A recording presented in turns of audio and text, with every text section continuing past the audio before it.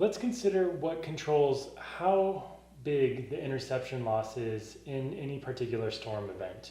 And by how big it is, we're going to talk about the relative amount of water that is intercepted compared to the amount that would end up hitting the ground surface.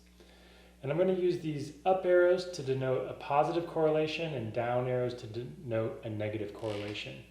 So let's first consider the size of a storm. And the bigger the storm is, the smaller the relative amount of interception.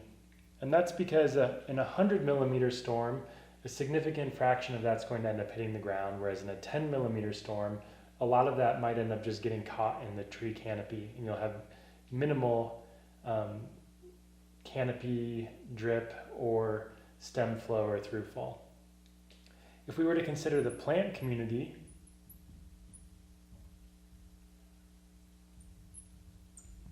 coniferous plant communities, evergreen trees mainly, tend to be associated with relatively high amounts of interception compared to, for example, a grassland community where there's much smaller relative leaf area and tend to be associated with relatively small amounts of interception losses.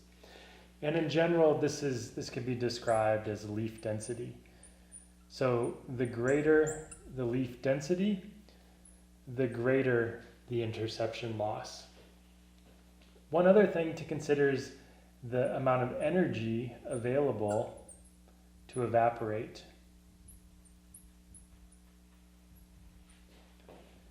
So how warm is it, for example, when it's raining? And if there's more energy available to evaporate, then we will tend to have greater interception losses. Let's consider making a plot. And the axes of this plot are going to be gross precipitation and net precip. So remember, gross is the total that falls from the sky. Net is the amount that actually ends up hitting the ground. And if there were no interception at all, we should see things falling on this one-to-one reference line.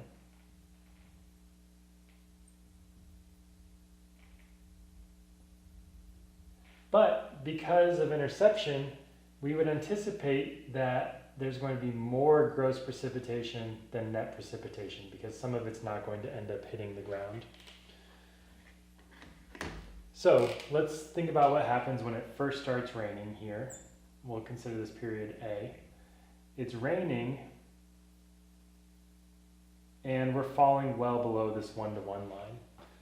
So during this time period A, we have high initial losses due to interception.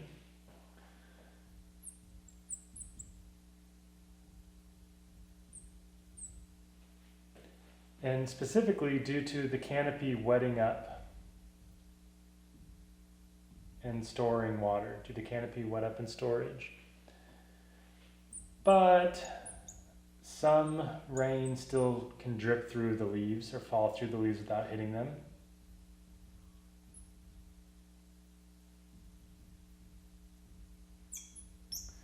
So the slope is not actually zero. It's slightly greater than zero.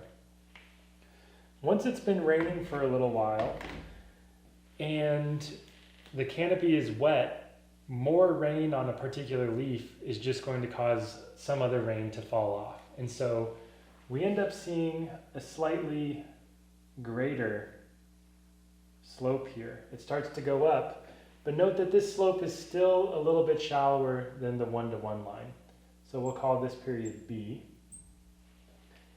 And during B, this is after canopy wet up.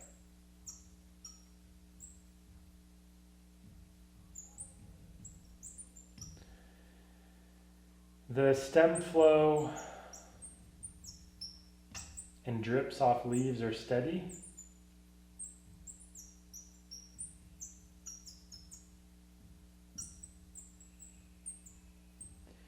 But net precip is still less than gross precip.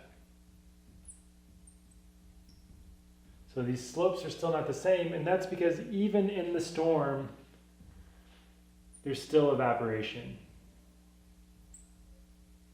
So some water is still slightly evaporating, and so you're not going to get all of the rain that falls from the sky to end up hitting the ground as net precipitation.